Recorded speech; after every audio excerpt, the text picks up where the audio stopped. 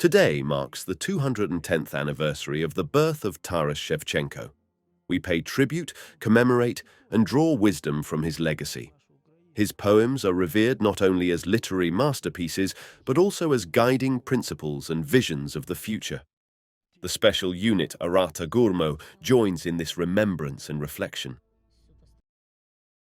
In the northern operational zone, work continues every day on the equipment of defensive lines and positions, demining the terrain. The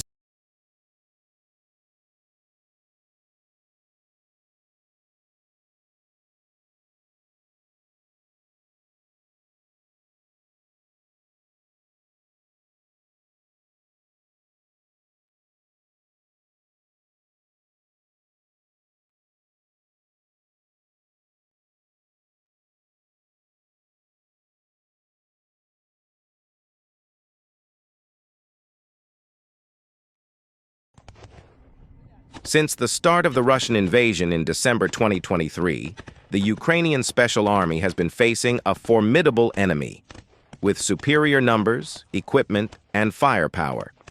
Russia has deployed thousands of troops, tanks, artillery, aircraft, and missiles to overwhelm and crush the Ukrainian defense. However, the Ukrainian Special Army has not given up and has instead adapted and innovated its tactics to counter the Russian threat.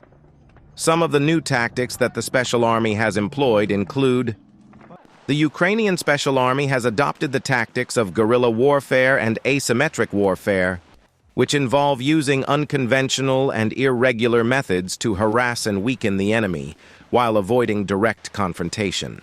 The Special Army units have conducted hit-and-run attacks, ambushes, sabotage, and infiltration behind the enemy lines, targeting the Russian supply lines, communication systems, command centers, and key infrastructure. The Special Army has also used improvised explosive devices, IEDs, drones, snipers, and cyber attacks to disrupt and damage the Russian forces. The Ukrainian Special Army has embraced the tactics of combined arms and joint operations, which involve using different types of forces and weapons to complement and support each other, and to achieve a synergistic effect. The Special Army units have coordinated and cooperated with other branches of the Ukrainian armed forces, such as the Army, the Air Force, the Navy, and the National Guard, as well as with the volunteer battalions and the civilian resistance. The Special Army has also used a variety of weapons and platforms, such as armored vehicles, helicopters, boats, and rockets, to enhance their mobility, firepower, and survivability. Throwing a grenade, border guards from the offensive guard brigade Revenge wiped out 2 invaders in the Bakhmut direction. 3 more attackers were injured.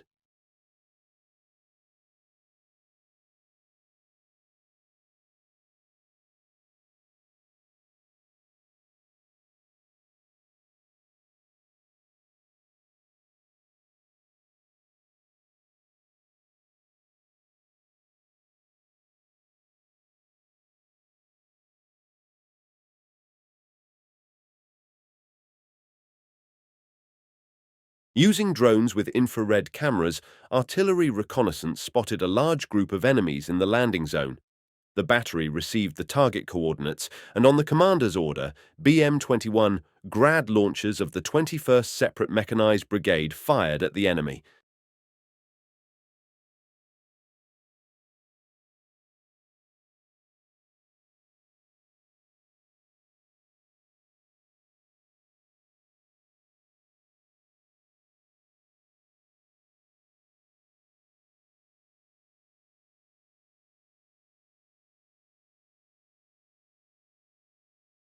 Border guards of the Revenge Offensive Guard Brigade destroyed a 120mm mortar, an AGS, and a dozen enemy shelters with infantry support in the Bakhmut direction.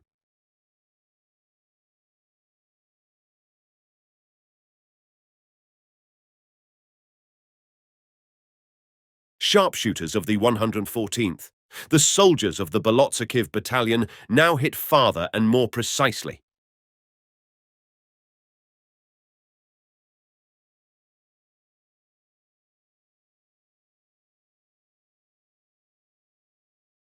11 hours in an ambush. To eliminate a RU officer, everyone take cover. A sniper is working. Such panicked radio intercepts are heard by the border guard on the pseudo-Krasivi. He honed his skills at combat positions near Mariinka, Pisky, and Avdiivka. A soldier can lie on the ground for hours and conduct surveillance in order to destroy the target. One of them is the commander of the RU unit.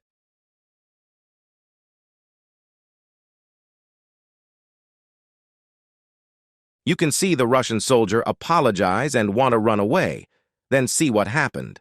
Before, the ongoing war between Ukraine and Russia has seen a remarkable use of drones by both sides, but especially by the Ukrainian forces. Drones have become a vital tool for intelligence, surveillance, reconnaissance, and strike missions, as well as a way to document the conflict and expose the atrocities committed by the Russian invaders. More than 14,000 people have been killed and over 1 million displaced by the fighting. The war has also become a testing ground for new weapons and tactics, especially in the domain of uncrewed aerial vehicles or drones. Drones have several advantages over crewed aircraft in this conflict. They are cheaper, more abundant, easier to operate, and less vulnerable to air defenses. They can also provide real-time information and strike targets with precision, while minimizing the risk of casualties and collateral damage. In a daring raid, a group of Ukrainian fighters managed to capture 7 Russian invaders who were part of the Wagner Group, a notorious mercenary outfit that has been supporting the Russian invasion of Ukraine since February 2023. The raid took place on April 15, 2024, near the town of Bakhmut, where Ukrainian forces have been trying to trap the Russian troops in a pocket. According to the Ukrainian Military Intelligence Agency, known by the acronym GUR, the captured invaders were interrogated and revealed valuable information about the Russian plans, movements, and weapons. The GUR also said that the prisoners were treated in accordance with the Geneva Convention and would be exchanged for Ukrainian soldiers held by the Russians. The raid was carried out by a unit of the Ukrainian Special Operations Forces, who used stealth, speed, and surprise to infiltrate the enemy lines and attack the Russian camp. The Ukrainian fighters were armed with assault rifles, grenades, and night vision goggles. They encountered fierce resistance from the Russian mercenaries, who were equipped with heavy machine guns, rocket launchers, and armored vehicles. The Ukrainian fighters managed to overcome the enemy fire and capture 7 invaders, while killing or wounding several others. The Ukrainian fighters then retreated to their base, taking the prisoners with them. The raid was a significant blow to the Russian occupation forces, who have been facing increasing pressure from the Ukrainian army and the international community.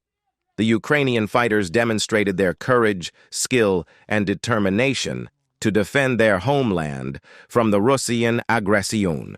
The raid also showed the world that the Ukrainian people are not giving up their fight for freedom and sovereignty.